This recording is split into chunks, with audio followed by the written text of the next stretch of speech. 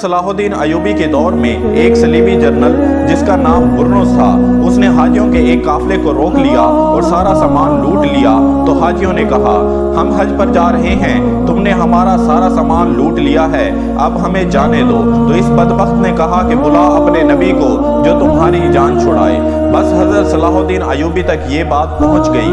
ان دنوں آپ بہت بیمار تھے۔ آپ نے دعا کی، اے اللہ مجھے موت نہ دینا جب تک میں اس بدبخت کو کیفر کردار تک نہ پہنچا دوں، اور اللہ نے آپ کی دعا قبول کر لی اور آپ صحت مند ہو گئے۔ آپ 2 سال تک چین کی نیند نہ سوئے کہ اس بدبخت کو کیفر کردار تک پہنچانا ہے۔ پھر وہ لمحہ بھی آیا جب اللہ تبارک و تعالیٰ نے آپ کو فتح دی، آپ نے سب جنرلز کو معاف کر دیا، لیکن جب وہ برنس آپ کے سامنے آیا تو آپ جلال میں آ گئے۔